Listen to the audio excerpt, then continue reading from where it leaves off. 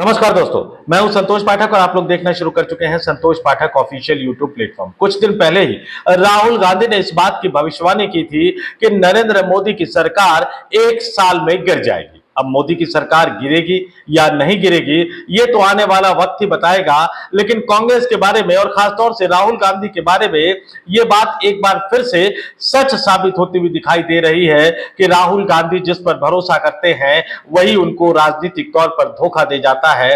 Congress party जो है वो खुद ही अपना नुकसान करने में माहिर है। कांग्रेस पार्टी को दुश्मनों की जरूरत नहीं है क्योंकि उनके दोस्त ही ऐसे हैं। जी हां, एक बार फिर से कांग्रेस पार्टी के हाथ से एक बड़ा राज्य निकलता हुआ नजर आ रहा है।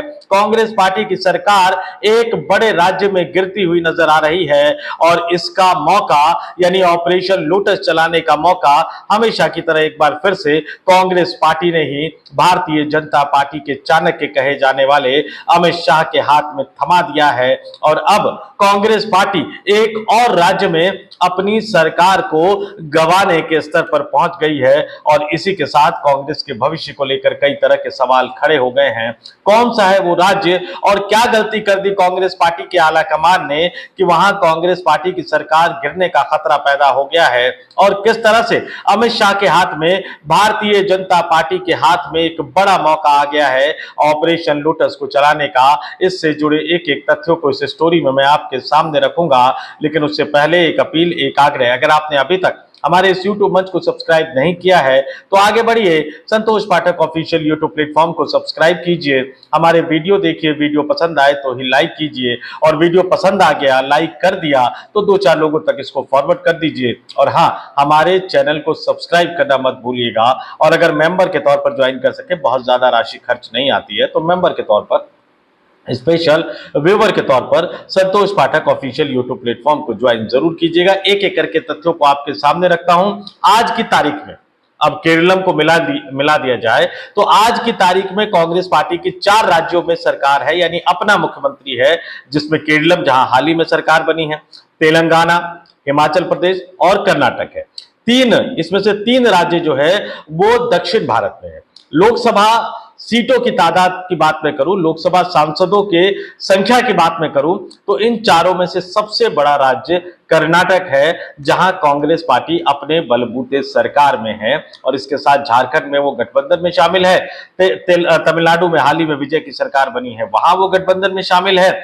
जम्मू कश्मीर में उमर अब्दुल्ला की सरकार को कांग्रेस पार्टी बाहर से समर्थन दे रही है। लेकिन सबसे महत्वपूर्ण राज्य कर्नाटक में कांग्रेस की सरकार गिरने का खतरा पैदा हो गया है। कर्नाटक में कांग्रेस की सरकार के विदाई होने का खतरा पैदा हो गया है। यह वही कर्नाटक है जहां भारतीय जनता पार्टी ने सबसे पहले ऑपरेशन लोटस चलाया था और अब कर्नाटक में एक बार फिर से ऑपरेशन लोटस की कामयाबी की खबरें निकलकर सामने आ रही है। क्यों हुआ, कैसे हुआ, इसके लिए हमें कर्नाटक के पूरे विवाद को जानने की जरूरत है। विवाद से पहले जो हाल फिलहाल में जो खबर आ रही है वो आपके सामने बता दूं। एक लंबी चौड़ी बैठक हुई सिद्धारमैया और डीके शिव कुमार के साथ। कांग्रेस पार्टी के दिग्गज नेताओं ने बैठक की, जिसमें राष्ट्रीय अध्यक्ष मल्लिकार्जुन खड़गे थे, राहुल गांधी थे, रणदीप सुरजेवाला थे और कांग्रेस पार्टी के राष्ट्रीय संगठन महासचिव के.सी. वेणुगोपाल थे। इन चारों नेताओं ने डीके शिव कुमार के साथ बैठक की, इन चारों नेताओं ने सिद्धारमैया के साथ बैठक की, कर्नाटक के राजनीतिक नाटक का अंत करने की कोशिश की। इसके बाद राहुल गांधी ने दोनों नेताओं से अलग अलग बातचीत की और उसके बाद जब के.सी. वेणुगोपाल सामने आए तो उन्होंने कहा कि कर्नाटक सुलझ गया है, सिद्धारमैया मुख्यमंत्री बने रहेंगे, कर्नाटक में कोई विवाद नहीं है। लेकिन कुछ ही घंटों बाद यह खबर आई कि सिद्धारमैया को मुख्यमंत्री के पद से इस्तीफा देने को कह दिया गया है। यह बताया जा रहा है कि 24 घंटे बाद यानी गुरुवार को सिद्धारमैया कर्नाटक के राजभवन जाकर मुख्यमंत्री के पद से इस्तीफा दे देंगे और इसके बाद शुक्रवार की देर शाम या शनिवार को जो है वो डीके शिव कुमार मुख्यमंत्री पद की शपथ ले लेंगे। और इसे कांग्रेस पार्टी की बड़ी कामयाबी के तौर पर बताया गया कि भैया सूत्रों के हवाले से, क्योंकि ऑफिशियली तो के.सी. वेणुगोपाल ने कह दिया कि इस्तीफा नहीं देंगे, उसके बाद वो सूत्रों के हवाले से खबर आई, तो इसको कांग्रेस पार्टी के आलाकमान की एक बड़ी कामयाबी मानी जा रही है। लेकिन इसी के साथ कई तरह की खबरें निकलकर चर्चा में सामने आ रही है। ये कहा जा रहा है कि एक मुख्यमंत्री ने सीधे सीधे बैठक में कह दिया कि हम मेरे पास 100 से ज्यादा, ध्यान से सुनिएगा साथियों, मेरे पास 100 से ज्यादा विधायकों का समर्थन पत्र है और अगर मुझे हटाने की कोशिश की गई तो फिर कांग्रेस पार्टी टूट सकती है और कर्नाटक की असेंबली में भारतीय जनता पार्टी से लगभग दोगुने से भी ज्यादा विधायक जो है वो कांग्रेस पार्टी के पास है। 135 विधायक कांग्रेस पार्टी के पास आज की तारीख में है और इसमें से 100 से ज्यादा विधायकों के समर्थन का दावा सिद्धारमैया कर रहे हैं। कांग्रेस आला कमान के सामने बताया जाता है कि उन्होंने 100 से ज्यादा विधायकों के हस्ताक्षर वाला पत्र भी रख दिया था और इसके बावजूद सिद्धारमैया को इस्तीफा देने को कह दिया गया है और अगर वाकई उनको इस्तीफा देने को मजबूर किया जाता है तो फिर वो 100 से ज्यादा विधायकों के समर्थन के साथ क्या करेंगे। हमें फॉर्मूला बताया जा रहा है कि सिद्धारमैया जो है वो राज्यसभा सांसद बनाकर दिल्ली लाए जाएंगे। दिल्ली में आला कमान उनको एक बड़ी जिम्मेदारी देगा, लेकिन सरकार में तो दे नहीं सकता, सरकार में तो मोदी सरकार है। संगठन में लेकर वो करेंगे क्या? उनके बेटे को राज्य की डीके शिव कुमार की सरकार में मंत्री बनाया जा सकता है, इस तरह की बातें भी कही जा रही है। लेकिन फिर वही सवाल उठ रहा है कि 100 से ज्यादा विधायकों के समर्थन के साथ सिद्धारमैया करेंगे क्या और क्या कर्नाटक में कांग्रेस पार्टी जो है वो बिल्कुल सोने चांदी की प्लेट में सजाकर वहां की सत्ता भारतीय जनता पार्टी को सौंप रही है। क्योंकि इससे पहले आप गौर कीजिएगा, असम में जिस तरह से हेमंता बिस्वा शर्मा कांग्रेस छोड़कर गए वो इसलिए छोड़कर गए क्योंकि उनको कांग्रेस ने मुख्यमंत्री नहीं बनाया और उनका यह मानना था कि राजनीतिक रूप से जीत उनके कारण हो रही है, लेकिन सत्ता का सुख कोई और भोग रहे हैं।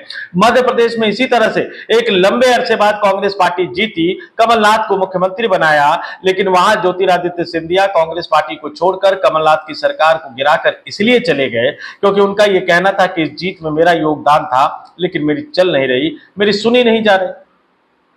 राजस्थान में भी सचिन पायलट को प्रदेश अध्यक्ष बनाकर भेजा था राहुल गांधी ने, लेकिन मुख्यमंत्री बनने की बारी आई तो दिल्ली में बैठे कांग्रेस पार्टी के दूसरे नंबर के नेता, उस समय के राष्ट्रीय संगठन महासचिव अशोक गहलोत राजस्थान चले गए, सचिन पायलट का सपना तोड़ दिया। हाल में केरल में भी हमने इसी तरह से देखा। कर्नाटक भी कुछ इसी तरह का मामला तो नहीं बन रहा है और क्या कहा गया, कैसे कहा गया, ये तमाम चीजों को जानने और समझने के लिए हमें कर्नाटक के इतिहास को जानना और समझना होगा। कर्नाटक में अगर देखा जाए, इन दोनों नेताओं की बात करूं, इन दोनों नेताओं की अगर मैं यूएसपी बता दूं, ये दोनों नेता जो है वो ताकत है कांग्रेस पार्टी के। सिद्धारमैया समाजवादी विचारधारा से निकले हैं, ओबीसी है, स्पष्टवादी नेता के तौर पर जाने जाते हैं और कर्नाटक की अक्रॉस कर्नाटक यानी पूरे कर्नाटक में उनका अपना एक जनाधार माना जाता है और उन्हें एसआर बोमई और एचडी देवेगौड़ा सरीखे समाजवादी नेताओं के उत्तराधिकारी के रूप में देखा जाता था और उनके कांग्रेस पार्टी में शामिल होने के बाद कांग्रेस पार्टी का वजूद जो है वो कर्नाटक में और ज्यादा मजबूत हुआ। दूसरी तरफ डीके शिव कुमार कौन है, जो 1980 के दशक से छात्र नेता के तौर पर कर्नाटक में सक्रिय रहे हैं, कांग्रेस पार्टी के वफादार माने जाते हैं और कांग्रेस पार्टी के वफादार से ज्यादा वो गांधी परिवार के वफादार माने जाते हैं। कर्नाटक में प्रदेश अध्यक्ष के तौर पर उन्होंने सत्ता में जीत तो दिलाई पार्टी को, इसके साथ ही उनकी केरल में भी महत्वपूर्ण भूमिका रही, उनकी तेलंगाना में भी महत्वपूर्ण भूमिका रही। जहां जहां चुनाव होते हैं डीके शिव कुमार अपनी रणनीति के साथ, अपनी टीम के साथ और अपने फंड के साथ, अपने पैसों के साथ वो खड़े नजर आते हैं। 2023 में कांग्रेस पार्टी का वनवास खत्म करवाया उन्होंने प्रदेश अध्यक्ष के तौर पर और कर्नाटक में कांग्रेस पार्टी की भारी जीत हुई, ऐतिहासिक जीत हुई और इतनी बड़ी जीत हुई जो मैं आपको बता चुका हूं, भारतीय जनता पार्टी के मुकाबले जो वहां के मुख्य विपक्षी पार्टी है अभी भी, उनके मुकाबले दोगुने से भी ज्यादा सीटें सिद्धारमैया ने माफ कीजिएगा डीके शिव कुमार ने अपने प्रदेश अध्यक्ष रहते दिलाई। मुख्यमंत्री बनने का दावा डीके शिव कुमार का था, प्रदेश अध्यक्ष के तौर पर वो जीत दिलाकर लाए थे, लेकिन मुख्यमंत्री की कुर्सी चली गई सिद्धारमैया के पास। उस समय यह कहा गया, यानी मई 2023 में यह कहा गया कि 2.5 साल का फॉर्मूला बना है, तो 2.5 साल के लिए सिद्धारमैया को मुख्यमंत्री बनाया जा रहा है और उसके बाद 2.5 साल के लिए डीके शिव कुमार को मुख्यमंत्री बनाया जाएगा और पहले 2.5 साल के लिए डीके शिव कुमार कर्नाटक के प्रदेश अध्यक्ष बने रहेंगे। लेकिन नवंबर 2025 में जब सरकार के 2.5 साल पूरे हुए, डीके शिव कुमार के खेमे ने उनको मुख्यमंत्री बनाने की मांग तेज कर दी, तो सिद्धारमैया आते हुए नजर आए, अपने समर्थन में विधायकों का समर्थन जुटाते हुए नजर आए और जैसा कि मैंने कहा कि अभी हाल ही में जो मीटिंग हुई थी उसमें वो 100 से ज्यादा विधायकों के हस्ताक्षर लेकर आए थे और नवंबर 2025 से जो बवाल शुरू हुआ, लगातार शुरू हुआ, बार बार शुरू होता रहा, कई बार वो दिल्ली दरबार पे आया और इस बीच मई में जब दिल्ली दरबार में ये मामला आया तो इस बार कांग्रेस आलाकमान इस पूरे मामले को सुलझाने के लिए आतुर थी और इसलिए मैंने पूरा बैकग्राउंड आपको बता दिया कि किस तरह से राहुल गांधी और मल्लिकार्जुन खड़गे ने बैठक की, किस तरह से राहुल गांधी ने अलग अलग बैठक की और उसके बाद केसी वेणुगोपाल ने कैसे इस पूरे मामले पर सीधे सीधे झूठ बोलते हुए टालने की कोशिश की, क्योंकि अगर कोई समझौता हुआ था तो उसको बता देना चाहिए। आंख बंद करने से समस्या टलती नहीं है, आंख बंद करने से समस्या को टाला नहीं जा सकता है। और अब ये कहा जा रहा है कि भारतीय जनता पार्टी के हाथ में एक बड़ा मौका लग गया है। असम में कांग्रेस से आए हिमंता बिस्वा शर्मा को मुख्यमंत्री बनाकर वो कांग्रेस नेताओं के सामने पहले ही एक चारा डाल चुकी है।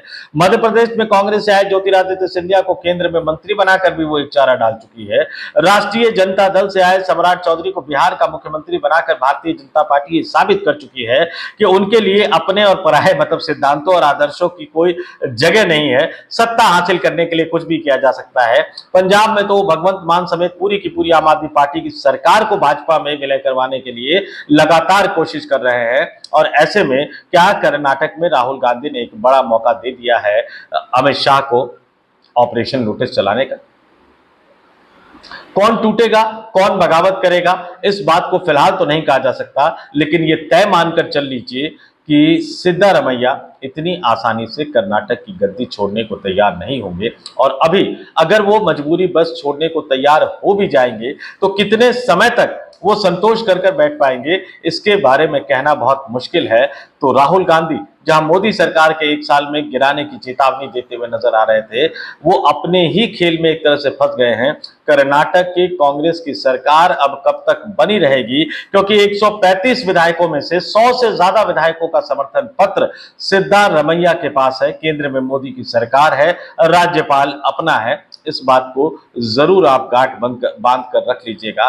तो कर्नाटक में भले ही आपको गुरुवार को सिद्धारमैया इस्तीफा देंगे या ना देंगे, उसको लेकर एक पोसेपोस बना हुआ है, लेकिन अगर वो फिलहाल इस्तीफा देने को तैयार हो भी जाते हैं तो भी ये मानकर चलिएगा कि कर्नाटक का नाटक फिलहाल समाप्त होने नहीं जा रहा है। और कांग्रेस के हाथ से एक और बड़ा राज्य, दक्षिण भारत का एक और बड़ा राज्य जहां से लोकसभा के 28 सांसद चुनकर आते हैं, वो कांग्रेस के हाथ से निकलने की जो संभावना है वो बलवती हो गई है। अपने दर्शकों से कहूंगा कमेंट करके जरूर बताइए, कर्नाटक में राहुल गांधी ने जो किया उसका फायदा कांग्रेस को होगा या भारतीय जनता पार्टी और अमित शाह को ज्यादा होगा? आपको क्या लगता है? और कर्नाटक में कब तक अब कांग्रेस की सरकार बची रह पाएगी, क्योंकि मुकाबला भारतीय जनता पार्टी से है जो साम दाम दंड भेद हर तरह की रणनीति अपनाती हुई नजर आती है। तो क्या मानना है आपका? कमेंट करके जरूर बताइएगा। जाते जाते फिर अपील, आग्रह, वीडियो पसंद आया हो तो लाइक कर दीजिएगा, चैनल पसंद आया हो तो सब्सक्राइब कर लीजिएगा, वीडियो को 2-4 लोगों तक बढ़ा जरूर दीजिएगा, कमेंट करके हम तक अपने विचारों को जरूर पहुंचाइएगा। और अगर आपने अभी तक चैनल को सब्सक्राइब नहीं किया है तो संतोष पाठक ऑफिशियल यूट्यूब प्लेटफॉर्म को सब्सक्राइब कर लीजिए। और अगर स्पेशल व्यूअर के तौर पर, मेंबर के तौर पर हमारे इस यूट्यूब प्लेटफॉर्म को ज्वाइन कर सके तो आगे बढ़िए, संतोष पाठक ऑफिशियल यूट्यूब प्लेटफॉर्म को मेंबर के तौर पर भी ज्वाइन कीजिए। इस वीडियो में इतना ही। मुझे यानी संतोष पाठक को दीजिए इजाजत। आप तमाम लोगों का धन्यवाद, आभार, नमस्कार।